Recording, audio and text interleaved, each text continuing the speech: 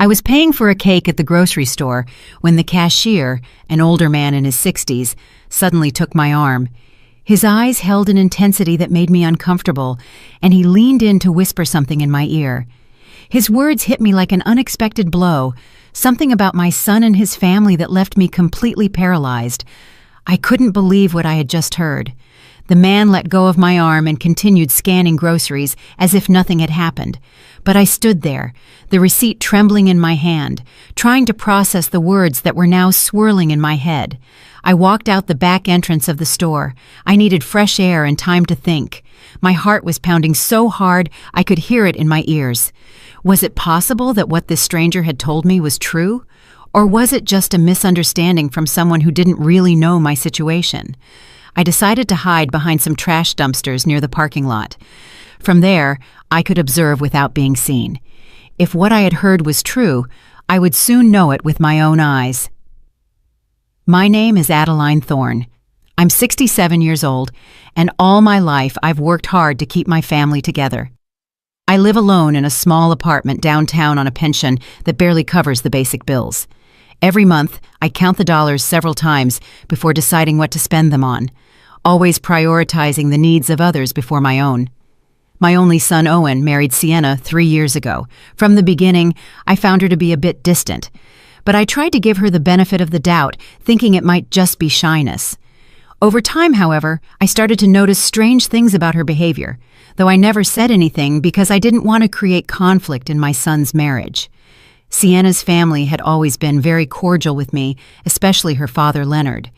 But there was something in their eyes that didn't sit right with me. They were always talking about how difficult their financial situation was, how they struggled to make ends meet, and without hesitation, I would try to help them when I could. From my hiding spot, I had a perfect view of the grocery store's main entrance. Owen was waiting for me in the car, but now I had a clear sight of everything. The cashier's words echoed in my mind over and over again, like an unceasing sound. Barely 2 minutes had passed when I saw something that made me doubt everything I thought I knew about my daughter-in-law's family. Leonard, Sienna's father, walked out the main entrance carrying bags that looked quite heavy. But they weren't ordinary grocery bags. They were from a high-end store I only knew by sight, a place I had never had the resources to shop at. The store's name shimmered in gold on the black bags he carried with a casual ease, as if it were a perfectly normal thing for him. My heart began to beat faster.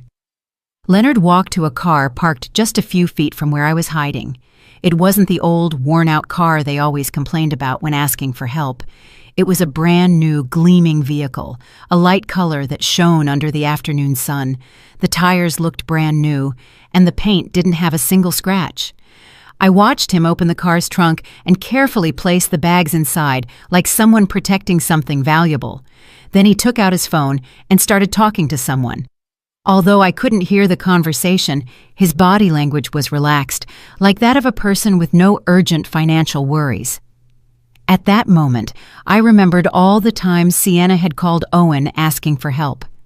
It was always the same story. They couldn't pay the rent. They needed help with Leonard's medical expenses. They couldn't afford enough food for the week, and my son, with his kind heart, always found a way to send them something. But what I was seeing with my own eyes didn't match those stories of desperate need at all. The expensive bags, the new car, Leonard's relaxed demeanor, everything seemed to completely contradict the version they had been telling us for months. A cold sensation began to spread through my body, like when you sense that something very bad is about to happen. The cashier's words were starting to make sense, though I still resisted believing them completely. Could it be possible that my daughter-in-law's family had been lying to us this whole time? Leonard ended his call and headed back towards the grocery store entrance. He seemed to be looking for something or someone. His eyes scanned the parking lot carefully, as if to make sure no one had seen him. That cautious attitude seemed very suspicious to me. I decided to stay hidden a little longer. My gut told me there was more to discover, and after what I had seen, I couldn't simply ignore the situation. I needed to be completely sure before I talked to Owen about this. As I remained hidden, I began to remember how I had gotten to this point. That morning, I had woken up with a mix of excitement and nervousness. It had been months since I had visited Sienna's family, and I wanted to make a good impression by bringing something special to share. I went to my small kitchen and opened the jar where I kept my savings. Counting those coins had become a painful but necessary ritual. I separated the wrinkled bills and coins I had been saving for weeks, sacrificing small pleasures like a coffee at the bakery or a magazine at the newsstand. I had exactly $43. It wasn't much, but I had decided to use 20 of it to buy a decent cake at the neighborhood bakery.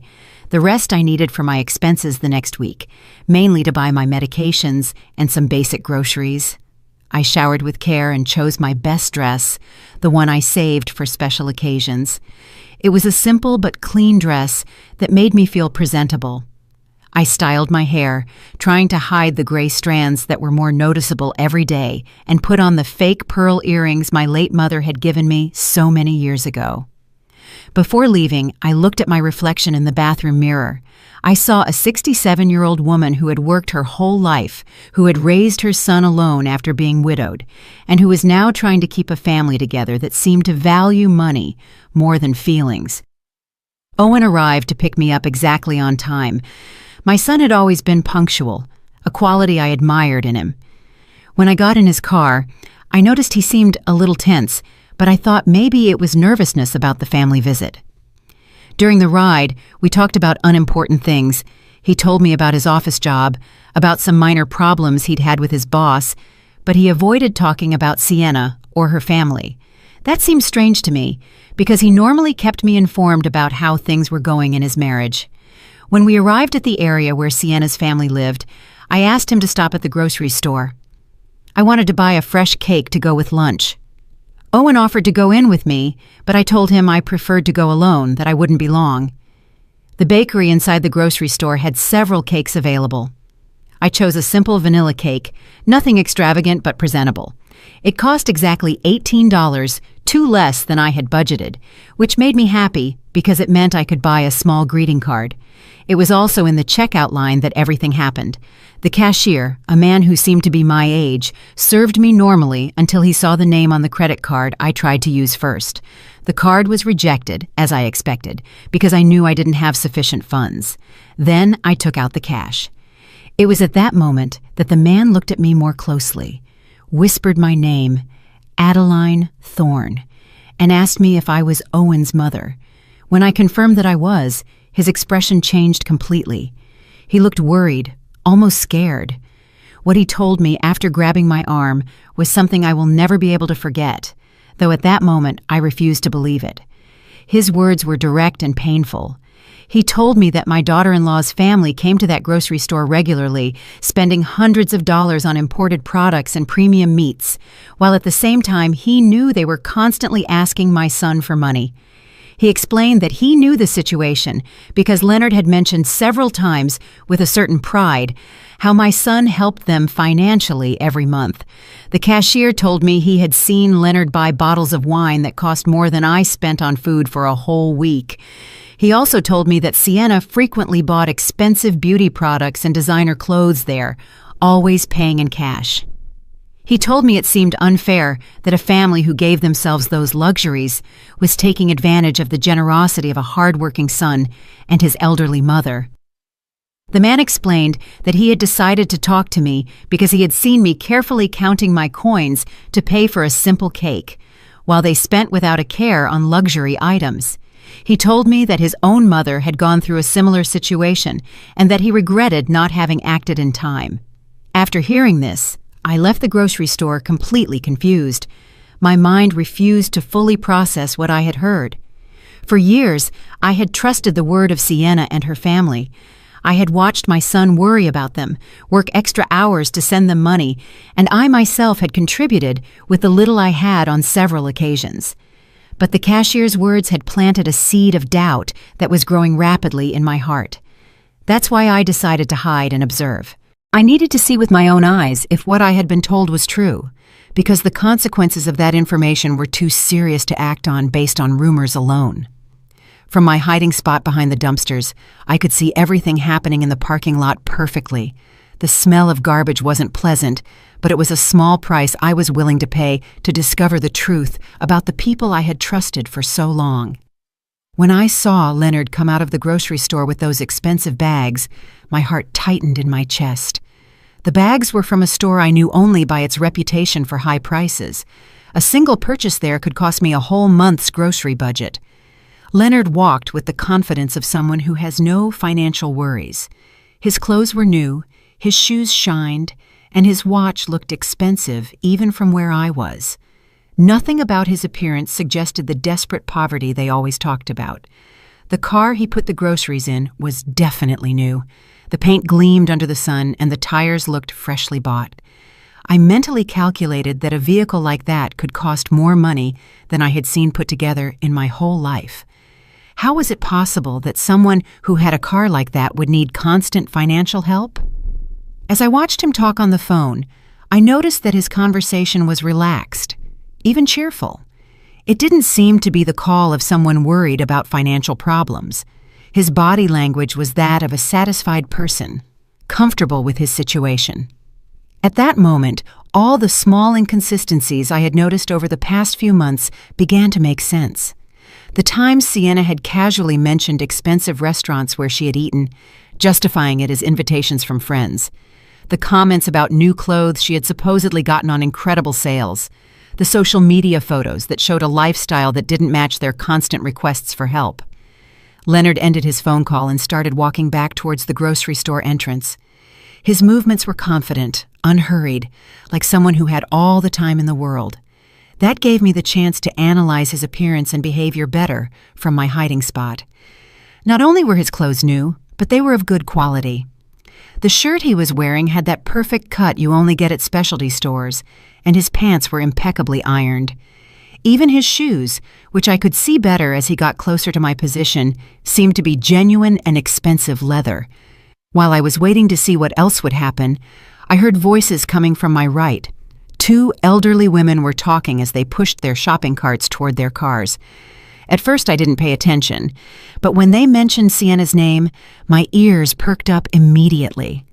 "Did you see the new dress Sienna was wearing at the mall yesterday?" One of them, a woman with gray hair who looked my age, said, "It must have cost at least $200. I saw an identical one in that expensive store on the 2nd floor." The other woman, who was thinner and wore glasses, responded with a knowing tone. "And that's not all, Hermione. I also saw her buying beauty products at that French store. My granddaughter works there and told me that Sienna is a frequent customer. She spends as if money were raining from the sky." My heart started beating faster. These women were talking about the same Sienna who constantly told my son they didn't have money for basic expenses, the same one who had called last week asking for help to buy medicine for her father. Hermione continued, "What strikes me most is how she's always buying new things, but then goes around the neighborhood saying they're going through very difficult financial times. My friend Leonard works at the bank and told me the deposits they receive don't match the story of poverty they're telling at all." "Oh, Hermione, but that's gossip," the other woman replied, though in a tone that suggested she had her own doubts. "Although I must admit, it seems strange to me that they can afford the rent on that big house if they're really as bad off financially as they say." Gossip. My daughter lives on the same block as them and tells me that almost every week, delivery trucks with groceries from the most expensive grocery store in the city arrive, purchases that any of us would take months to be able to afford. The 2 women continued walking away as they talked, but I could hear a few more fragments of their conversation. They mentioned something about parties Sienna's family had recently organized. Parties with abundant, high-quality food, imported wines, and expensive decorations. Every word I heard was like a stab in my heart. For months, I had been feeling sorry for that family, worrying about their well-being, asking my son to help them when he could, and even contributing my own small savings on several occasions. I remembered the time Sienna had called me directly, crying on the phone, telling me they needed urgent help to pay for Leonard's doctor. She had told me they had to choose between buying medicine or food, and that they didn't know what to do. That night, I couldn't sleep thinking about their suffering. The next day, I had gone to the bank and withdrawn $150 from my emergency savings, money I had been saving for a possible medical emergency of my own, but which I decided to give her because I couldn't bear the thought of them suffering when I could help. Now, listening to these women talk about that same family's luxurious lifestyle, I felt like the most foolish woman in the world. How could I have been so naive? How had I not seen the signs that were apparently obvious to the whole neighborhood? Leonard came out of the grocery store again, this time with a smaller bag. He headed back to his car, but this time he stopped to talk to a man who was washing a car near his. I couldn't hear the conversation, but they both seemed relaxed and friendly. The man Leonard was talking to wore work clothes, but you could tell he respected Leonard. His body language suggested that Leonard was someone of a certain status in the neighborhood, someone who commanded respect, possibly because of his financial situation. After a few minutes, I saw Leonard hand the man something.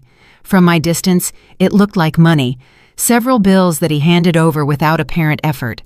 If they were truly going through financial difficulties, as they said, how could he afford to give money to strangers so easily? At that moment, my phone vibrated. It was a text message from Owen asking me what had happened, why I was taking so long at the grocery store. I had completely forgotten about him, still waiting for me in the car, probably worried about my delay. I quickly replied that I was on my way out, that I had been in a very long line. A lie. Lying to my own son hurt, but I needed more time to process everything I had seen and heard. I couldn't get back to his car and tell him my suspicions immediately without more evidence. As I was writing the message, Leonard said goodbye to the man and got into his car. The engine started with a smooth, powerful sound, confirming that it was a good quality and probably recent vehicle. I watched him leave the parking lot with a tranquility that completely contrasted with the image of financial desperation his family had been projecting. I decided to leave my hiding place and walk toward where Owen was. I needed to act normally, at least for now, but my mind was already working, trying to recall all the strange details I had overlooked in recent months, all the small signs that now took on a completely different meaning. When I got to the car, Owen looked at me with concern. "Mom, are you okay? You look pale," he said as I settled into the passenger seat. "Did it take them a long time to check you out?" "Just the line, son," I replied, trying to keep my voice steady. "You know how grocery stores are on weekends." But inside, my heart was beating so hard I was afraid he could hear it. Owen started the car, and we began heading to Sienna's family's house. During the ride, I tried to keep up a normal conversation, but my mind was still processing everything I had seen and heard at the grocery store. Every traffic light, every corner we passed, brought me closer to a meeting I now saw in a completely different light. "How's Leonard's job been lately?" I asked my son, trying to sound casual. "Last time I spoke to Sienna, she said things were very difficult for him." Owen sighed as he drove. "Yeah, Mom. Sienna told me her dad had to reduce his work hours because the company he works for is having problems. That's why we've been helping them a little more these past few months." That information didn't match at all the relaxed and prosperous attitude I had observed in Leonard just a few minutes earlier. A man who was truly worried about reduced work hours wouldn't be spending money at expensive stores or handing bills to strangers in a parking lot. "And how do you feel about that, son?" I asked, watching his expression in the rearview mirror. "I know you've been working a lot of extra hours lately." "Well, Mom, they're my family now," Owen replied in a tone that mixed tiredness with resignation. "Sienna is my wife, and when you get married, you also marry into the family. If they need help, it's my duty as a son-in-law to help them." His words broke my heart. My son, the kind and hard-working man I had raised, was sacrificing his own well-being for people who, from what I had discovered, were taking advantage of his generosity. How much longer could this situation continue without seriously affecting his own financial stability? We arrived at the neighborhood where Sienna's family lived. It was a pleasant residential area with well-maintained houses and manicured lawns. It wasn't the most luxurious neighborhood in the city, but it was definitely not a place where people living in extreme financial difficulties would reside. As Owen looked for a place to park, I was able to get a better look at Sienna's family's house. It was a 2-story building with a well-decorated front lawn and a facade that had been recently painted. The windows had new curtains, and the front door looked like it had been renovated not long ago. "The house looks very well kept," I commented, trying to get more information. "Didn't you tell me they were having trouble paying for some repairs?" "Oh yeah," Owen replied as he parked. "Leonard managed to get some extra work on weekends to make the most urgent repairs. He's been working a lot to keep the house in good condition." Another story that didn't add up. If Leonard were really working extra shifts to survive, how would he have time to go grocery shopping at an expensive store during work hours? And more importantly, how would he have money to spend on luxury goods if everything he earned was supposedly going to house repairs? We got out of the car and walked to the front door. Owen was carrying some things he had brought, while I carried my cake and a mix of nervousness and curiosity that grew with every step. Before we could ring the doorbell, the door opened, and Sienna appeared with a radiant smile. My first impression was one of total shock. Her appearance was completely transformed from the last time I had seen her just a month ago. She was wearing a dress that was definitely not cheap. The fabric looked to be of excellent quality, the cut was perfect, and the vibrant colors gave her an elegant and sophisticated look. Her shoes were clearly new, with a shine that only freshly bought items have, and her handbag matched the outfit perfectly. But what struck me most was her hair and makeup. She had a professional cut that you only get at expensive salons, with highlights that shimmered in the sunlight. Her makeup was flawless, the kind that requires high-quality products and a lot of time to apply correctly. "Adeline, what a joy to see you!" Sienna exclaimed, coming in for a hug. As she embraced me, I could smell her perfume, a costly fragrance I recognized, because I had once seen its price at a store and it seemed equivalent to my 2-week food budget. "Hello, Sienna," I managed to say, trying to hide my surprise. "You look great. That dress is beautiful." "This old dress?" she replied with a laugh that seemed a little forced. "I bought it on a clearance sale months ago. You know how it is. When you find good deals, you have to take advantage of them." That explanation sounded exactly like the one the woman at the grocery store had mentioned. There was always a justification for every expensive item. Incredible deals, gifts from friends, second-hand purchases that looked new. How many extraordinary coincidences could one family have? We went into the house, and I immediately noticed other details that didn't fit with the story of financial difficulties. The living room had been recently redecorated. The furniture wasn't the same as I remembered from my last visit. There was a new leather sofa that looked expensive, a glass coffee table that gleamed impeccably, and several decorative objects that were definitely not cheap. On the wall was a large flat-screen TV that hadn't been there before. It was a recent model, one of those that cost several $1,000s. How could a family in a financial crisis explain the purchase of a luxury television? "Dad, look who came to visit," Sienna called towards the inside of the house. Leonard appeared from what seemed to be the kitchen, wiping his hands with a towel. When he saw me, his expression changed slightly. There was a flicker in his eyes, as if for a moment he had seen something he didn't expect, but he quickly regained his usual smile.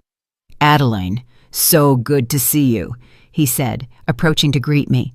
"We hope you're hungry because Sienna has prepared a delicious meal." It was the same Leonard I had seen at the grocery store just an hour before, but now he was acting as if he hadn't left the house all day.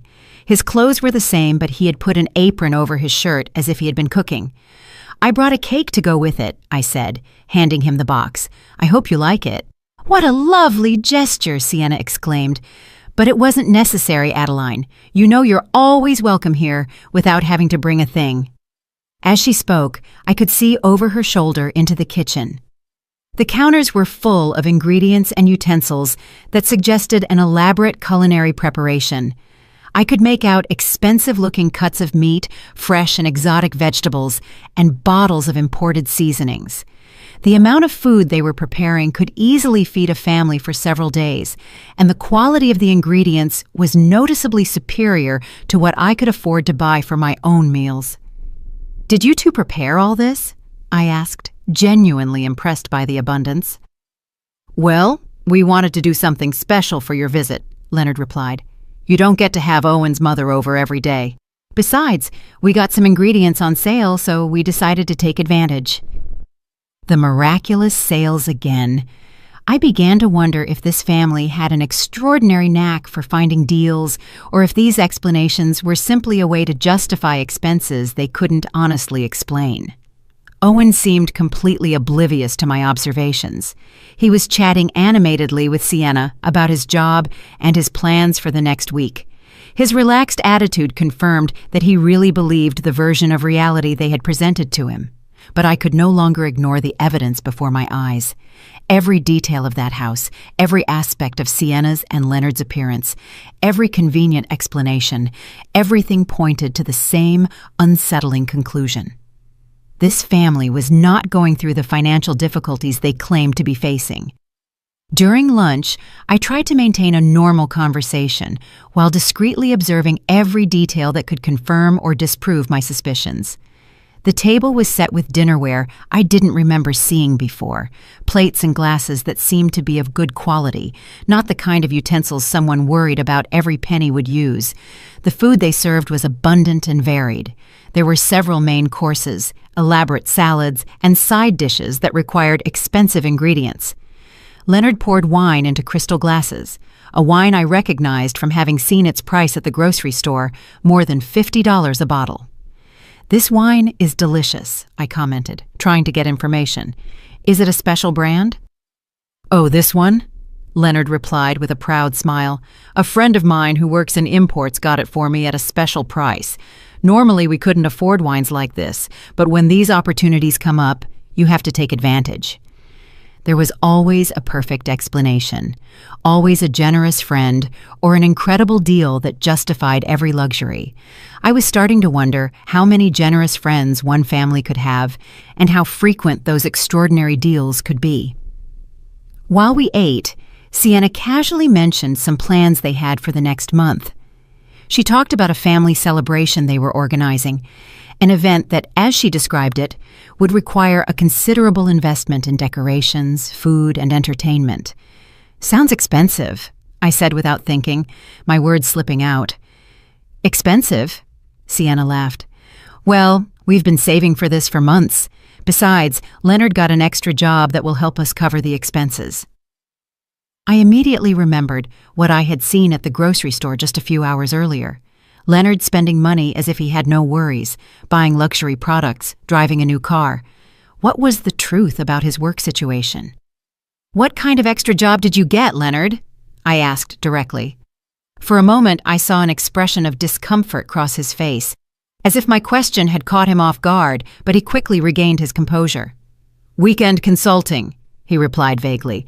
"Nothing too exciting, but it helps supplement the family income." His answer was so general it could mean anything or nothing at all. A man who was truly doing weekend consulting would probably talk with more specificity about his work, especially when the question came from his son-in-law's mother.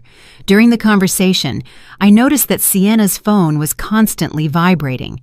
Every time she looked at the screen, she smiled in a way that seemed significant to me.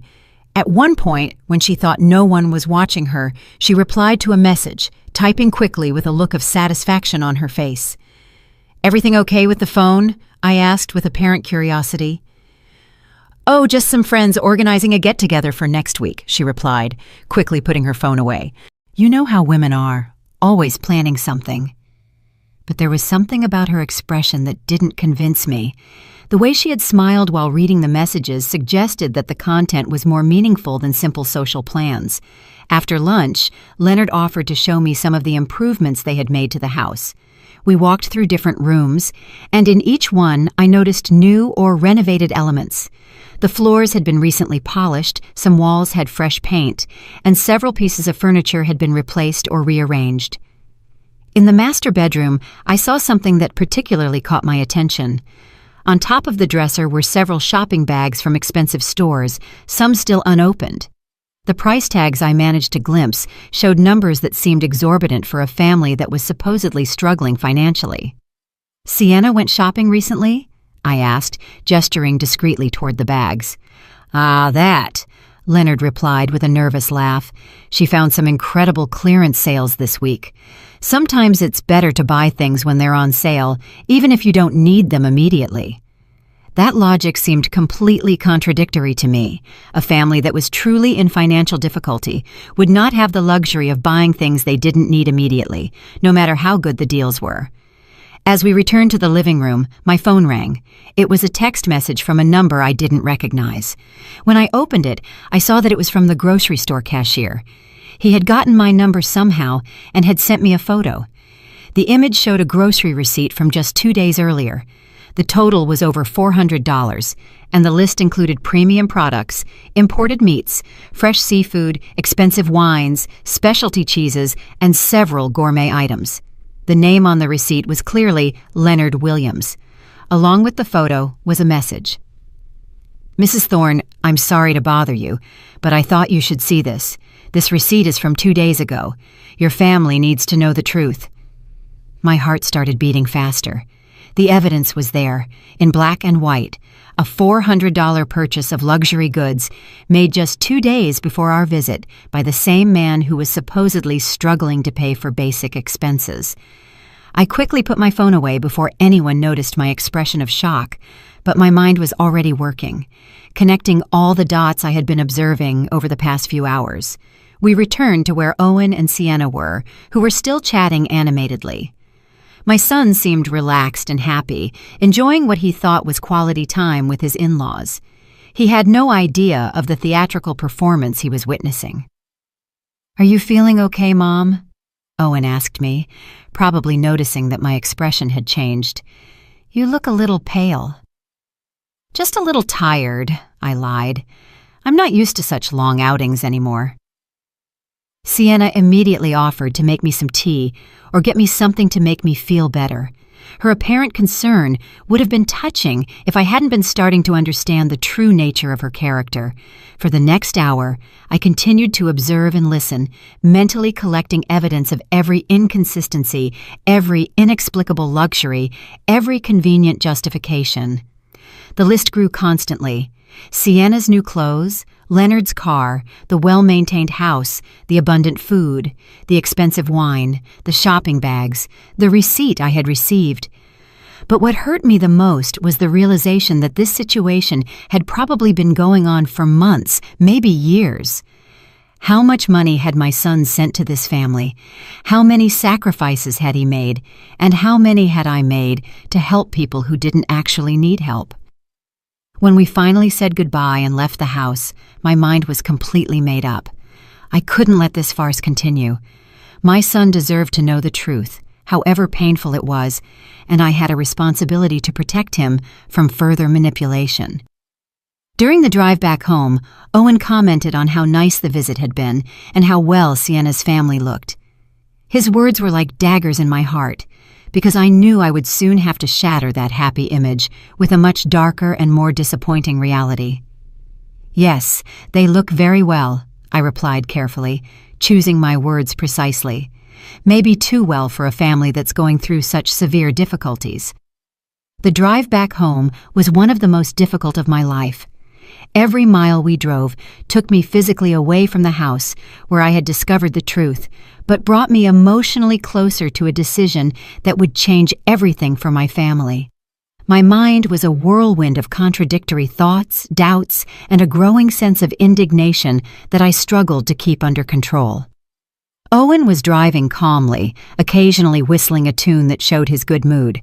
For him, we had spent a pleasant afternoon with his in-laws, sharing a delicious meal and strengthening family ties. He had no idea that his mother had been collecting evidence of what seemed to be an elaborate and prolonged scam. "Mom," he said as we waited at a traffic light, "I'm so glad to see you get along so well with Sienna's family.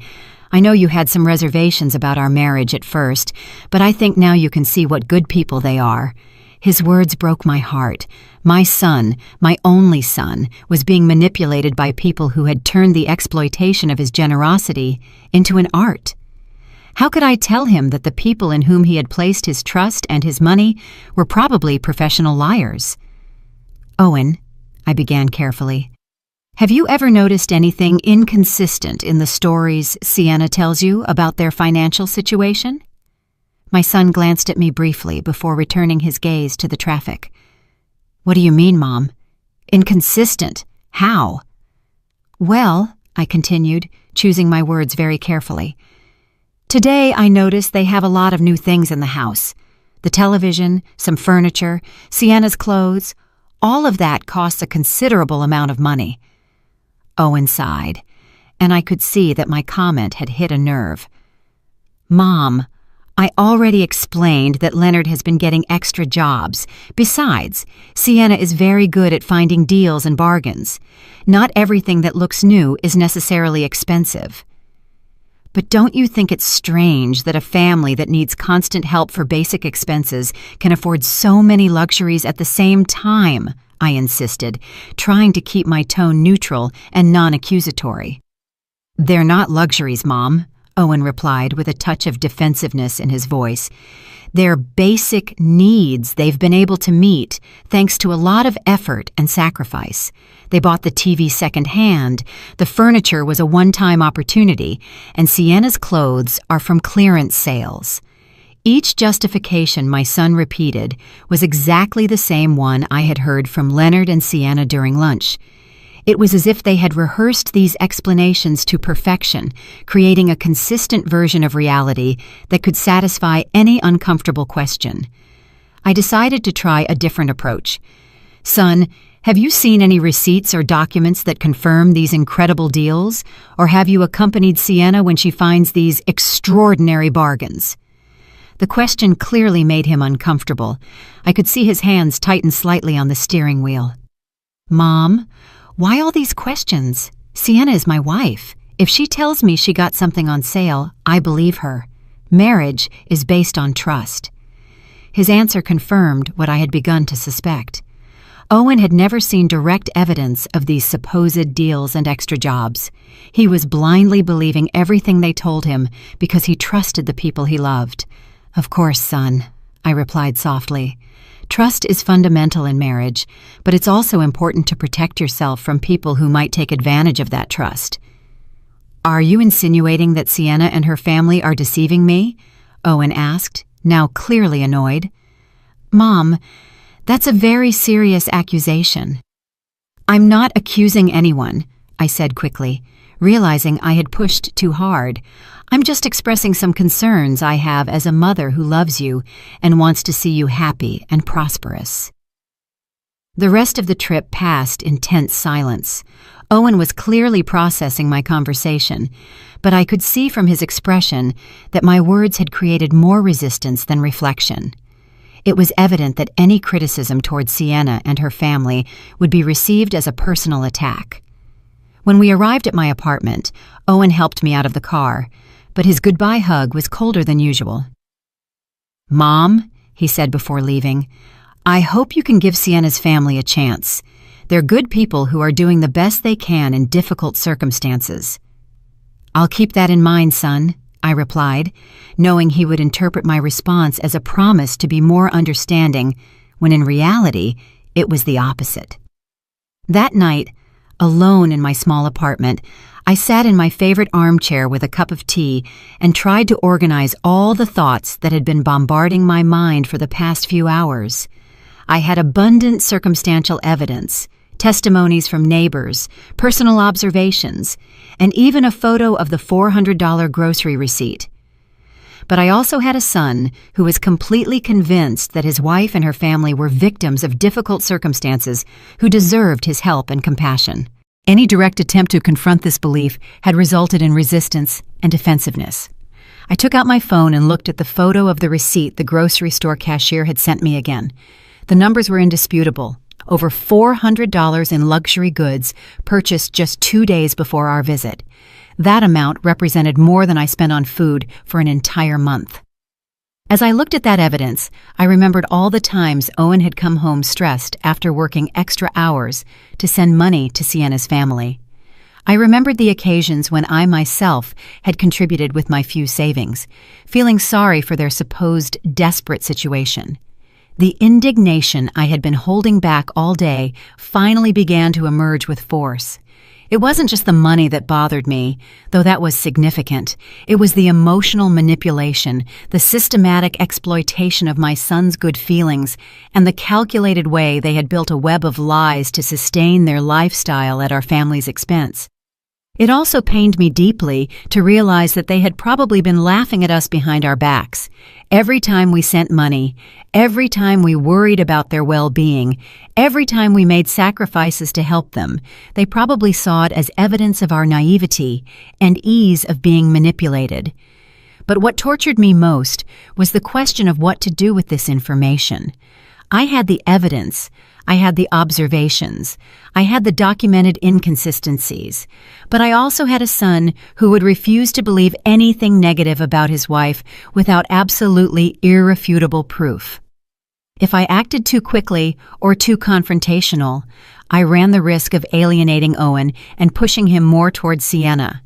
But if I didn't act soon, the manipulation would continue, possibly getting worse over time, and my son would continue to be exploited financially and emotionally. I decided I needed more evidence that was so clear and indisputable that even Owen couldn't deny or rationalize it.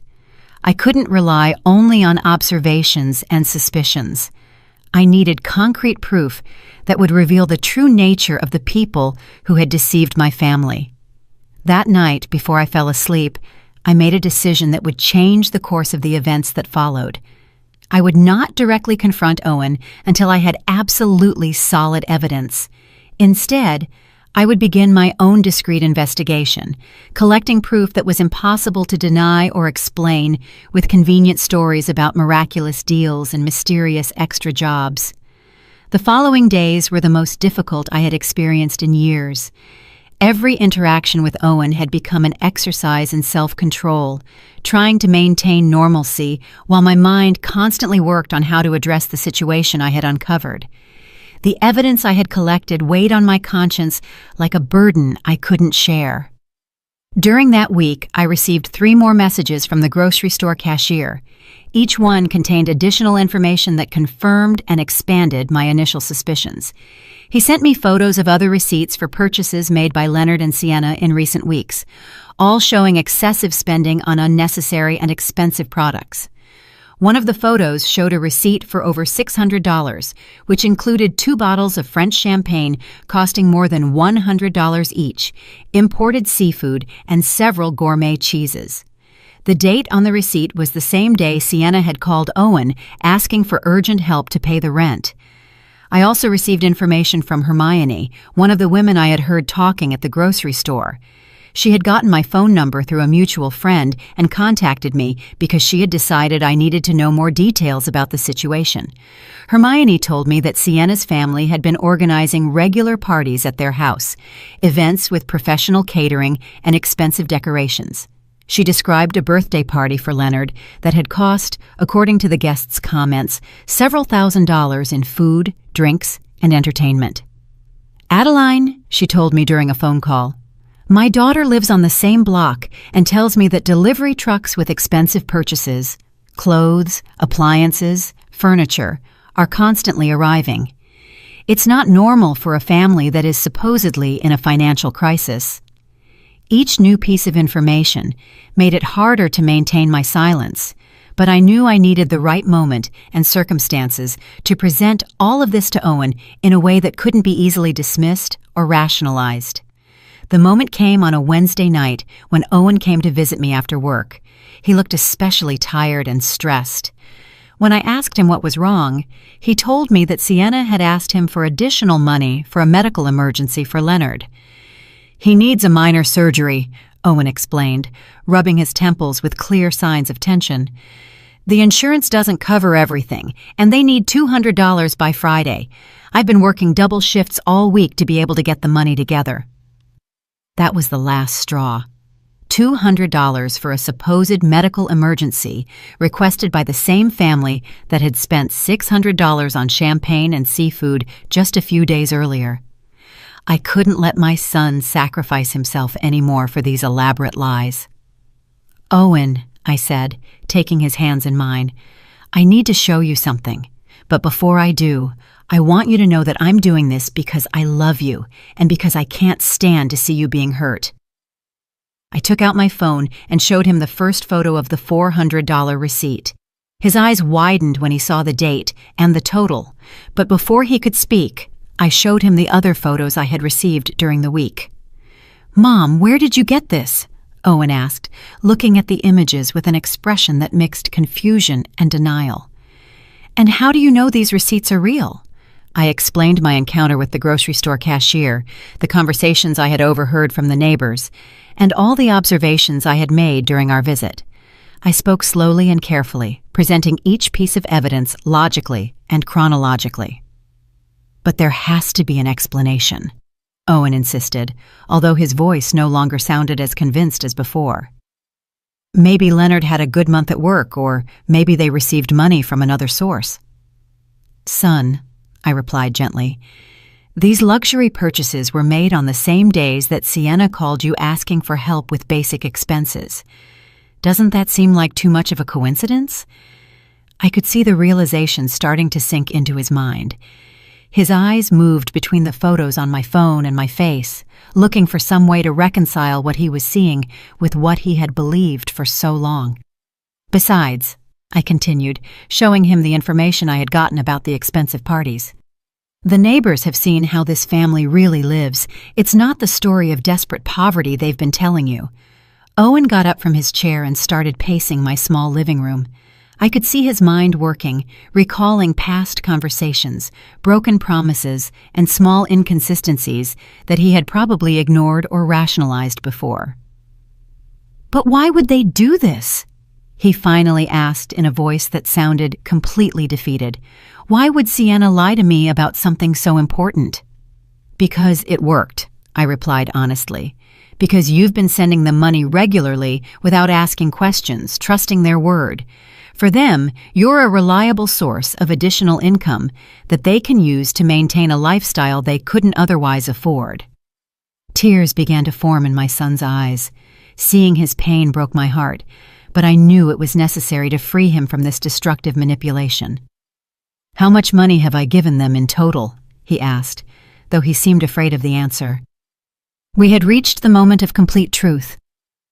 "According to what you've told me over the past few months, probably more than $5,000, and that's not counting the help I've given them myself." The number hit him like a physical punch. $5,000 represented months of extra work, personal sacrifices, and lost opportunities for his own future, all given to people who had been systematically deceiving him. "I need to talk to Sienna," he said finally, with a determination I hadn't heard in his voice in a long time. "I need to confront her with this information and hear her explanation." "Are you sure you're ready for that conversation?" I asked him. "Once you put this information on the table, there will be no turning back. Your relationship will change forever, no matter what her answer is." Owen was silent for several minutes, looking at the photos on my phone over and over again. I could see him processing not only the financial evidence, but also the emotional implications of having been deceived by the person he loved. "Mom," he said finally, "thank you for showing me this. I know it must have been difficult for you to decide whether to tell me or not, but you were right. I needed to know the truth." I hugged him tightly, feeling both relief and worry about what would come next. The truth had finally come to light. But now came the most difficult part, facing the consequences of years of lies and manipulation. "What are you going to do now?" I asked. "I'm going home tonight, and I'm going to have a very serious conversation with my wife," Owen replied with a firmness he hadn't shown in months. "And depending on what she says, I'm going to make some important decisions about our future." Owen left my apartment that night with a determination I hadn't seen in him for months. I stayed awake very late, unable to sleep, wondering how the confrontation between my son and his wife would unfold. I knew the next few hours would be crucial for the future of our family. At 2 a.m, my phone rang. It was Owen, and his voice sounded completely different when I answered. There was a mix of pain, anger, and something that sounded like relief. "Mom," he said without preamble, You were right about everything. Completely. What happened, son? I asked, although from his tone, I could already imagine that the confrontation had not gone well for Sienna. When I got home, I decided to check some things before I talked to her. I went to our room and looked through her things, something I had never done before because I trusted her completely. What I found left me speechless. Owen told me that he had found several shopping bags hidden in the closet, all from expensive stores, with receipts that showed hundreds of dollars in expenses for clothes and accessories. He also found jewelry he had never seen Sienna wear, still with their original price tags. But that wasn't the worst part, Mom.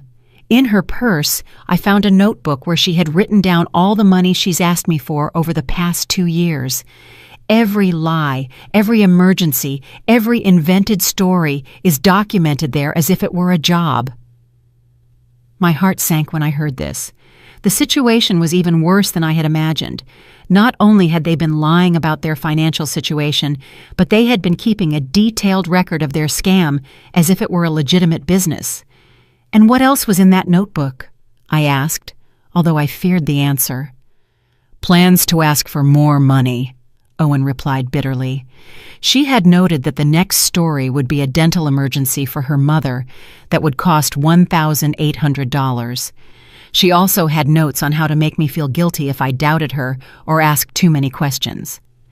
The cold calculation of it all sickened me. They weren't mistakes or misunderstandings. It had been a systematic manipulation designed specifically to exploit my son's good feelings. And when did you confront her with all this? I asked. At first, she tried to deny everything, Owen continued. She said the purchases were gifts from friends, that the notebook was just to keep track of household expenses, that I was misinterpreting everything. But when I showed her the photos you had of the grocery store receipts, her strategy changed completely. How did it change? She got furious. She yelled at me that I had no right to go through her things, that my family had never really accepted her, and that it was all your fault for putting ideas in my head. She said you had always been a meddling mother-in-law who wanted to destroy our marriage. Those accusations hurt, but they didn't surprise me.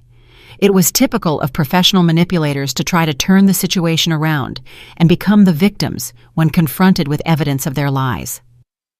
But what impacted me most, Owen continued, was when she finally admitted the truth. She told me that her family had never been in a financial crisis, that Leonard has a stable job that pays well, and that it had all been a strategy to take advantage of my generosity. She used that word specifically, take advantage? Exactly that word. Mom, she said I was easy to convince and that my family had money that we could afford to share, as if we were responsible for maintaining their luxurious lifestyle. The conversation continued for over an hour. Owen told me every detail of the confrontation, every lie that had been revealed, every manipulation that had finally been exposed. The picture that emerged was of a family that had turned deception into a way of life. I also called Leonard during the argument, Owen told me. I wanted to hear his version of events. At first, he tried to stick to the original story, but when I told him I already knew the truth, he also admitted everything. And what did Leonard say? He said that they had decided from the beginning that I was a good match for Sienna because I had a stable job and a family that could help them financially. He told me it was never personal, that it was just business, as if that made everything okay. The coldness of that admission left me speechless. Not only had they deceived my son, but they had seen him from the beginning as a source of income, not as a human being with his own feelings and needs. And what did Sienna say when her father admitted everything? I asked. That was the most revealing part of the whole night, Owen replied with a bitter laugh. She got mad at him for ruining the plan. She wasn't angry because the lies had hurt our marriage, but because her father had confessed and ruined her ability to continue deceiving me. For the next hour, Owen told me how he had discovered more details about the extent of the lies. The supposed medical emergencies had never existed. Leonard's work problems were completely fabricated. Even the incredible deals that explained all their luxuries had a simpler explanation. They simply bought what they wanted with the money my son sent them regularly.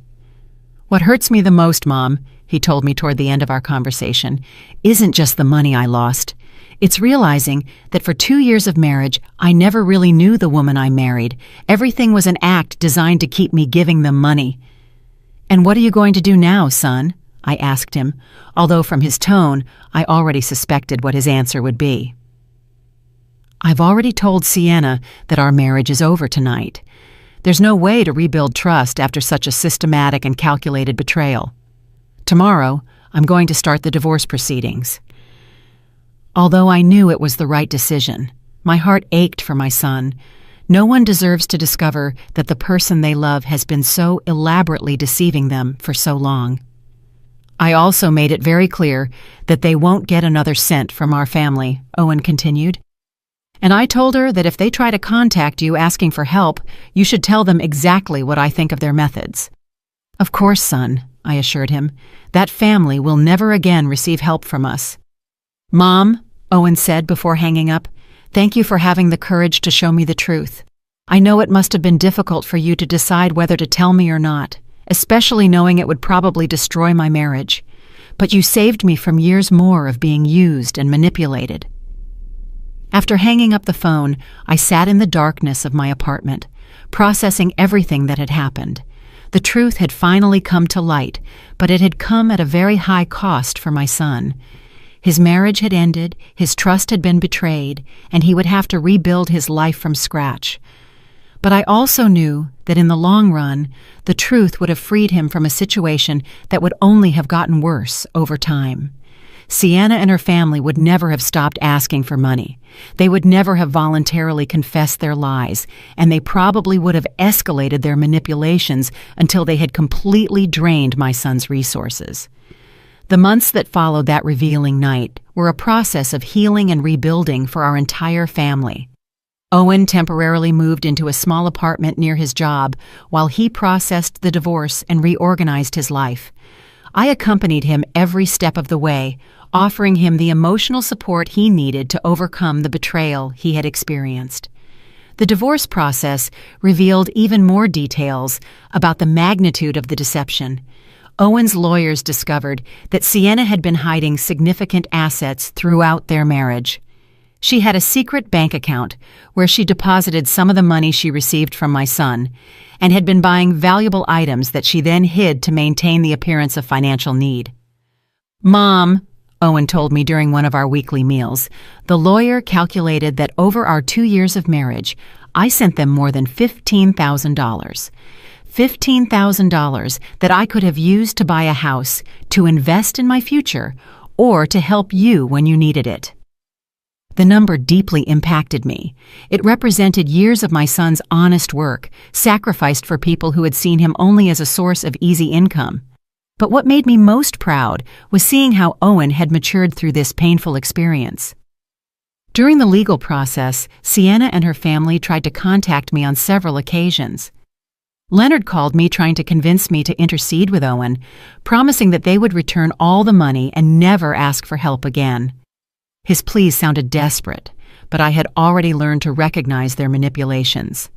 "Leonard," I told him during the last call I accepted, "you had 2 years to be honest with my son. You chose lies, manipulation, and deceit.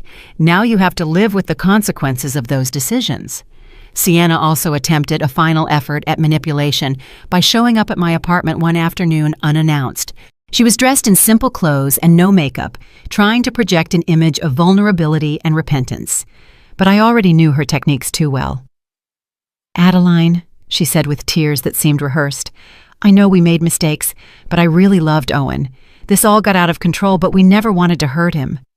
"Sienna," I replied with a calm that surprised me.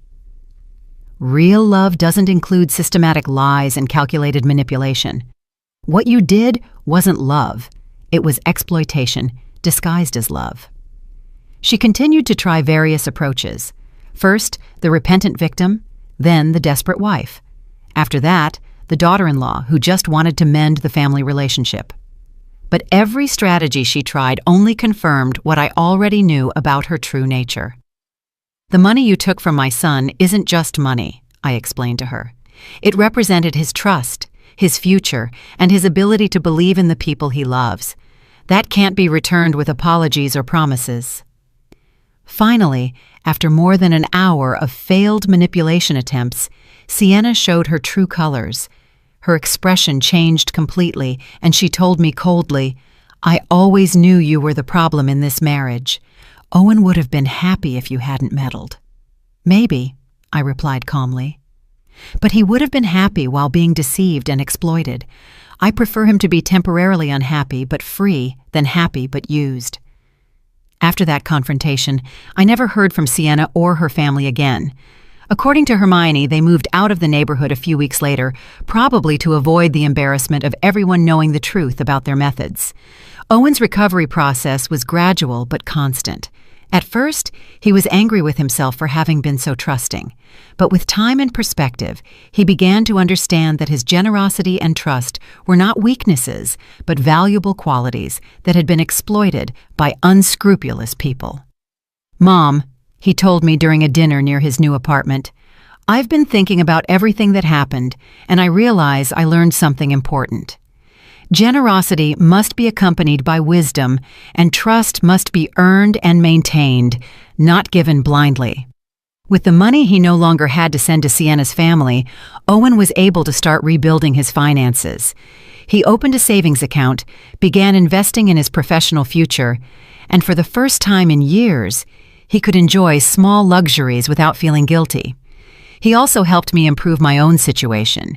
He insisted on giving me money to buy some new appliances I needed, and began visiting me more frequently, bringing good quality food that we could share without worrying about the cost. "It's ironic," he reflected one day, as we shared a meal he had bought. "All this time I was worried about helping a family that didn't need help, while you, who really could have used more support, never asked for anything." That observation deeply moved me. During the years of Sienna's manipulation, I had watched my son exhaust himself trying to meet constant demands for money, while I remained silent about my own needs so as not to add more pressure to his life. 6 months after the divorce, Owen had found a new balance in his life. He had learned to be more cautious without becoming cynical, wiser without losing his ability to trust the people who truly deserved his trust. "Mom," he told me during one of our Sunday walks in the park, "I want to thank you again for having the courage to show me the truth. I know it was difficult for you to decide whether to intervene or not." "Son," I replied, "a mother must always protect her children, even when it hurts. My job isn't just to love you, but also to make sure the people you say you love truly deserve you." The grocery store cashier, a man named Eli, also became an unexpected but welcome presence in our lives. One day, he came to visit me to ask how things had turned out, and we ended up talking for hours about the importance of speaking up when we see injustices, even if it's uncomfortable to do so. "You know, Mrs. Thorne," Eli told me before he left, "my mother went through a similar situation years ago, and no one had the courage to tell her the truth. When everything was finally discovered, she had already lost all her life savings. That's why I decided to talk to you. Some truths hurt, but silence hurts more."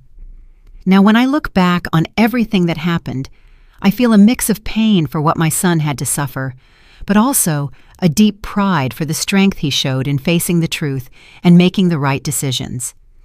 I learned that true family love sometimes requires the courage to speak difficult truths, to confront uncomfortable situations, and to protect the people we love even when it means destroying illusions they prefer to keep. That day, when I heard those strange words at the grocery store and decided to observe instead of ignore, I changed the course of our lives forever. It was one of the most difficult decisions I've ever made, but also one of the most correct.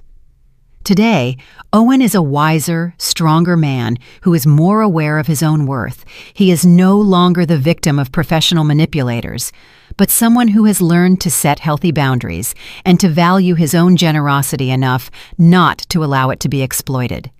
And I, Adeline Thorne, at 69 years old, learned that it's never too late to be brave, to stand up for what's right, and to protect those we love.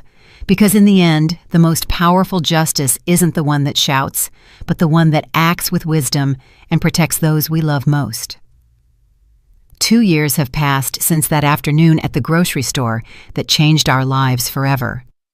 As I write these lines, sitting in my favorite armchair with a cup of tea that is already getting cold, I can't help but reflect on all the ground we have covered since then. Owen got married again 6 months ago. His new wife, Regina, is a hardworking and honest woman he met at his office. What I like most about her isn't just her transparency in everything she does, but the way she respects the relationship I have with my son. She has never tried to interfere between us or shown the slightest interest in our family finances. The first time Regina came to my house for dinner, she brought the ingredients for us to cook together.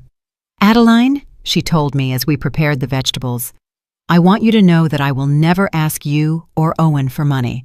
I believe in working for what I need and being honest about what I can afford."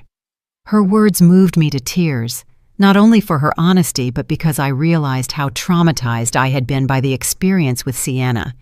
For months after the divorce, every time we met someone new, I would find myself analyzing their motivations and looking for signs of manipulation.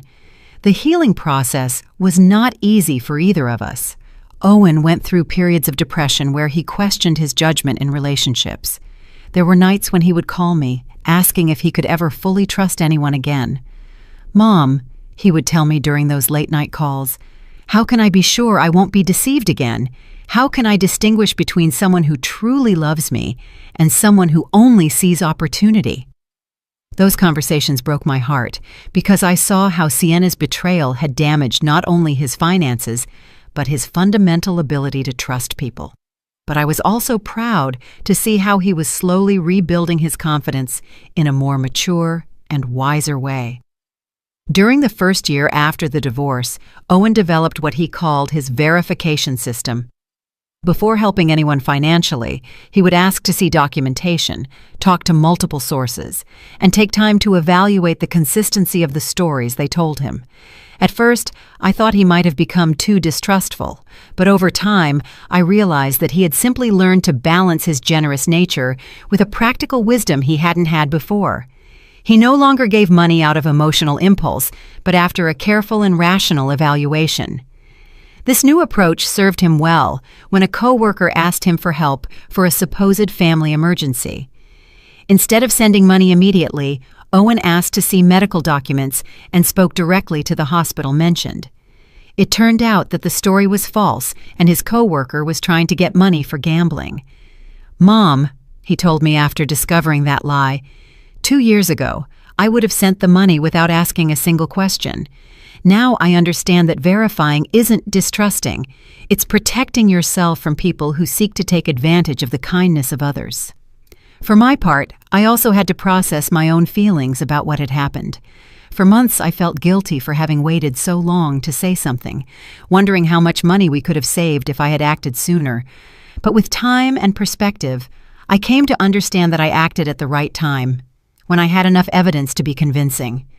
The grocery store cashier who initially alerted me to the situation became a dear friend to our family. He and his wife Marlene visit us regularly, and we have developed a friendship based on shared values of honesty and mutual support. "You know, Adeline," Eli told me during one of his visits, "what I admire most about this whole situation is how you handled the truth. Many people would have made a scene, yelled, or sought revenge, but you simply presented the facts and let the truth do its job." His words made me reflect on something important I had learned throughout this process, that silent dignity is more powerful than noisy revenge. I never sought to hurt Sienna or her family. I simply stopped allowing them to hurt us. Hermione, the neighbor who had given me additional information about Sienna's family, also became a close friend. She helped me understand that what we had experienced wasn't unusual, that many families suffer this kind of manipulation, especially when the children are generous and trusting. "My son-in-law works in social services," Hermione told me during one of our conversations. "And he told me that these kinds of family scams are more common than people think. There are people who have turned the manipulation of kind-hearted relatives into a way of life." This perspective helped me understand that we hadn't been particularly naive or foolish. We had simply been targets of people who were experts at exploiting emotions and family ties. The financial impact of the deception was significant, but manageable. Owen calculated that in total, we had lost around $15,000 when my contribution and some loans he had made, which were never returned, were included. However, once the flow of money to that family stopped, our financial situation improved dramatically. With the money he no longer had to send monthly, Owen was able to save for a down payment on a small house. He asked me to live with him and Regina, but I prefer to maintain my independence in my own apartment, although now with better furniture and appliances that he insisted on buying for me. "Mom," he told me when he brought the new refrigerator, "for years I watched you count coins while I sent hundreds of dollars to people who didn't need them. Now it's your turn to have the things you deserve." Regina turned out to be not only a good wife to Owen, but also a considerate daughter-in-law to me. She never tries to compete with my place in my son's life, and always includes me in her family plans and decisions. The difference from Sienna's attitude is so marked that sometimes I find it hard to believe both women exist in the same world. Last month, Regina confided that they are expecting their first child. The news filled me with a pure joy I hadn't felt in years. This grandson or granddaughter will grow up in a home where honesty and integrity are fundamental values, very different from the environment of lies and manipulation that would have existed if Owen had remained with Sienna. "I want our child to know you as the grandmother who had the courage to protect our family," Regina told me while holding my hand. "Owen has told me the whole story, and I deeply admire what you did. Sometimes I wonder what would have happened if I had never decided to hide behind those trash dumpsters to watch Leonard. How long would the deception have continued? Would Owen have eventually discovered the truth on his own, or would he have continued to be exploited indefinitely? I'll probably never know the answer to those questions, but what I do know is that the courage to face uncomfortable truths is one of the most important responsibilities we have toward the people we love. In these 2 years, I have reflected a lot on the signs I ignored for so long, the small details that didn't add up, the overly convenient explanations, the way Sienna always had a perfect story for every situation. Now I understand that my maternal instinct had been trying to alert me for months, but I had silenced those doubts because I didn't want to create conflict. I have learned that maintaining family peace should not come at the cost of allowing the family to be exploited. Sometimes the greatest act of love is to create the necessary conflict to protect the people who matter most. Today, at 69 years old, I feel wiser and stronger than I have in decades. Not only because I helped save my son from a destructive situation, but because I proved that it is never too late to be brave, to stand up for what is right, and to protect those we love. The experience taught me that true strength isn't in avoiding problems, but in facing them with dignity when necessary, and that sometimes the most difficult decisions are also the most correct ones, even if their full impact can only be appreciated with the passage of time. As I finish writing these reflections, I can hear Owen and Regina laughing in the kitchen, preparing the Sunday dinner we will share in a few minutes. It is the sound of a genuine family built on solid foundations of honesty and mutual respect. That sound is worth more than all the dollars we lost during the years of deception, because in the end, the most valuable thing we have isn't the money we can give, but the authentic relationships we can build and protect. And no one can ever take that away from us.